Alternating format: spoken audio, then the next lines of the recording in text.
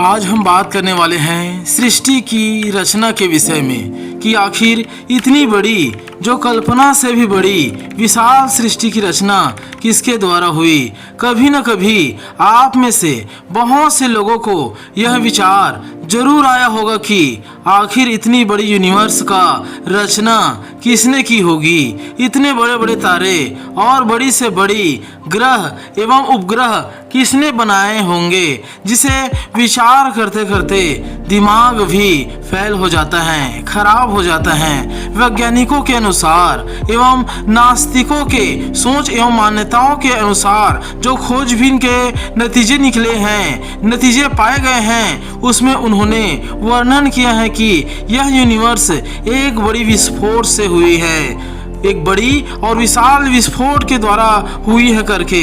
यह सत्य तो है, मगर वैज्ञानिक भी यह नहीं जान पाए कि बनाने वाला कौन है और क्या उसका प्रमाण है। वहीं हम अगर बात करते हैं हिंदू धर्म के मान्यताओं के अनुसार सृष्टि की रचना ब्रह्मदेव ने की और अपने नाम पर उसे ब्रह्मांड कहा गया।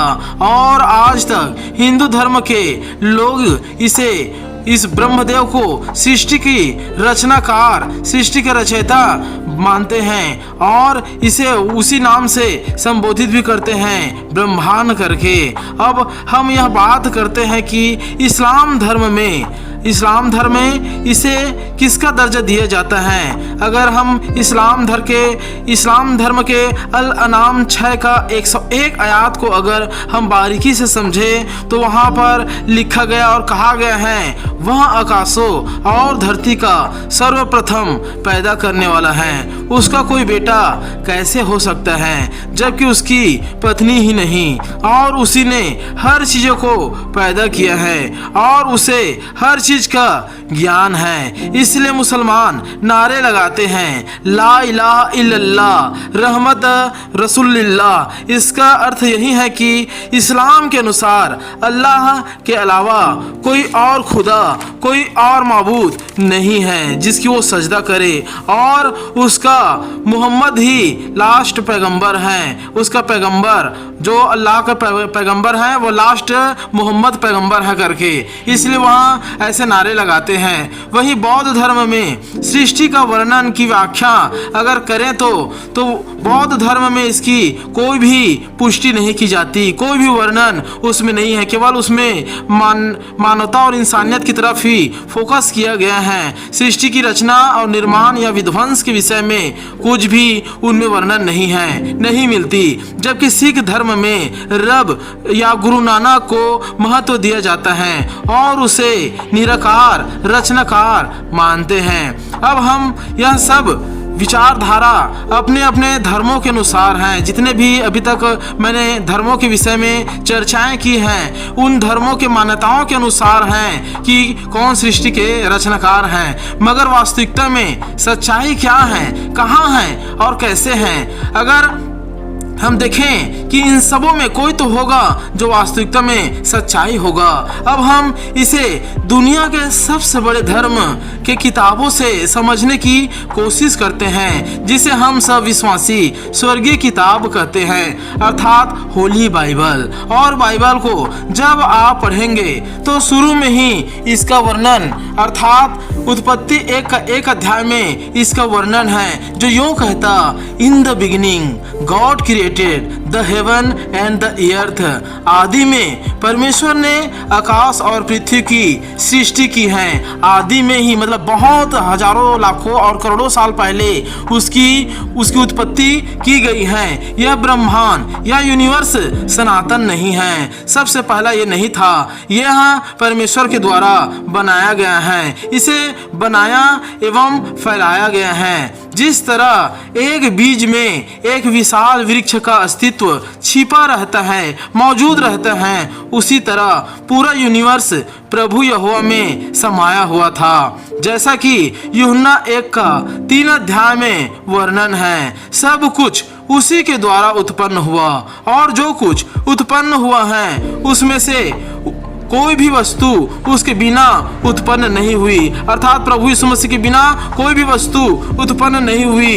इसमें उसमें जीवन था और वह जीवन मनुष्यों की ज्योति थी, अर्थात वही प्रभु यहोवा है जिसने पूरे यूनिवर्स को बनाया और बार बार बनाता है। और उसी ने साफ साफ कहा है अय्यूब के अध्याय में, अय्यूब को जब मैंने पृथ्वी की नींव डाली, अय्यूब के अध्याय में स्पष्ट कहा गया है कि जब अय्यूब परमेश्वर से सवाल जवाब कर रहा था और पुकार रहा था कि कौन सच्चा परमेश्वर है, मुझे उत्तर दे करके, तब यहोवा परमेश्वर ने प्रगट में आंधियों के द्वारा आकर उससे बातें की और कहा कि मैंने पृथ्वी की नींव डाली तब तू कहाँ था? यदि तू समझदार हो तो उत्तर दे। उसकी नाप किसने ठहराई? क्या तू जानता है? उस पर किसने सूत खींचा? उसकी नींव कौन सी वस्तु पर रखी गई? वह किसने उसके कोने का पत्थर बिठाया? फिर परमेश्वर कहता है मैं ही, अब इस वचन को ध्यान से समझिएगा, मैं ही उजियाले का बनाने वाला और अंधियारे का सृजनहार हूँ। मैं शांति का दाता और विपत्ति का रचयिता हूँ। मैं यहोवा ही ने इन सबों का करता हूँ। मैं यहोवा ही इन सभी का करता हूँ। मैं ही ने पृथ्वी को बनाया और उसके ऊपर मनुष्यों को सृजा है। मैंने अपने ही हाथों से आकाश को ताना और उसके गणों को आज्ञा दी है। अब यह सब स्पष्ट, अब यह एकदम से स्पष्ट हो गया। अब इसे स्पष्ट से समझ में आता है कि परमेश्वर यहोवा ही ने इन सभी को बनाया है। अब अगर परम प्रधान यहोवा ने इन सब को बनाया तो क्यों ब्रह्मदेव को या अल्लाह को या वाहेगुरु को या काल निरंजन को या कबीरदास को क्यों श्रेय दिया जाता है? रचनाकार का क्यों श्रेय दिया जाता है या क्यों उन सब को रचनाकार करके अपने अपने धर्म में मानते हैं? जबकि जो यहोवा परम प्रधान है उसने आदम को बनाया, आदम के वंश से अब्राहम आया और अब्राहम से 3 बड़ी जाति निकली, यहूदी, लेवी और इस्लाम। फिर यहोवा यहूदी गोत्र के साथ था और फिर वह यहूदियों में प्रभु यीशु के रूप में आया। इसलिए यहूदी, लेवी या इस्लाम जाने अनजाने में यहोवा को ही पुकारते हैं और उसके नाम को सही तरीके से नहीं जान सकने के कारण, उसके प्रमाण को सही तरीके से न जान पाने के कारण वो सब अलग अलग तरीकाओं से उसके नामों का वर्णन करते हैं, क्योंकि वही यहोवा सृष्टि का रचनाकार। और सिख जिसे रब का बोलते हैं, जो सिख धर्म में जिसे रब बोलते हैं, वह एक विकल्प या एक समानार्थी नाम है। जैसे रब भगवान, अल्लाह, खुदा उसका समानार्थी नाम है और वैसी नाम ले देते हैं। वास्तविकता में यहोवा परम प्रधान है, यहोवा ही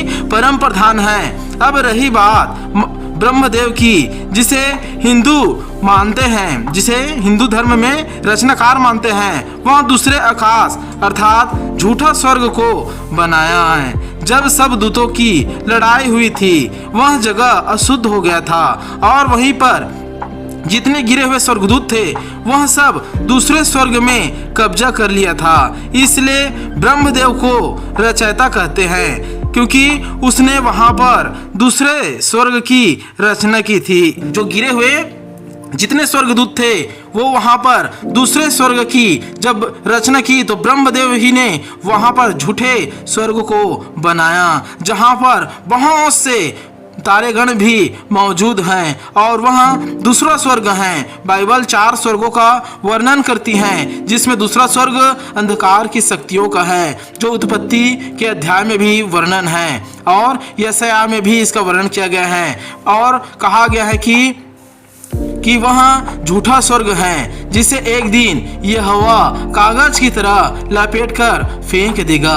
इसलिए आपको भी जो चैनल में नए हैं बाइबल पढ़ने और यीशु को मानने की जरूरत है, यीशु को जानने और उसकी आज्ञाओं को मानने की जरूरत है, क्योंकि वही मार्ग, सत्य और जीवन है और उसी ने सारी सृष्टि को बनाया है। वही पूरे जगत का उत्पन्न करने वाला है। जैसा यूहन्ना 1:1 में लिखा कि आदि में वचन था और वचन परमेश्वर के साथ था और उसी के द्वारा सब चीजें उत्पन्न हुई और वही सारी सृष्टि का मालिक है, सबका बनाने वाला भी और और सबका मिटाने वाला भी, विपत्ति का और कल्याण का रचयिता वही है। इसलिए निश्चय आप सब बाइबल को पढ़ें और परमेश्वर से प्रार्थना करके उसे समझने की कोशिश करें, और निश्चय परमेश्वर आपको बुद्धि देगा। तो निश्चय आप और भी बहुत से गहरे बातों को आप जान लोगे, क्योंकि यहोवा परमेश्वर ने कहा तू मुझसे मांगेगा और मैं तुझे बुद्धि दूंगा कि गुप्त और गूढ़ और भेद भरी बातों को तुम जान पाओगे करके।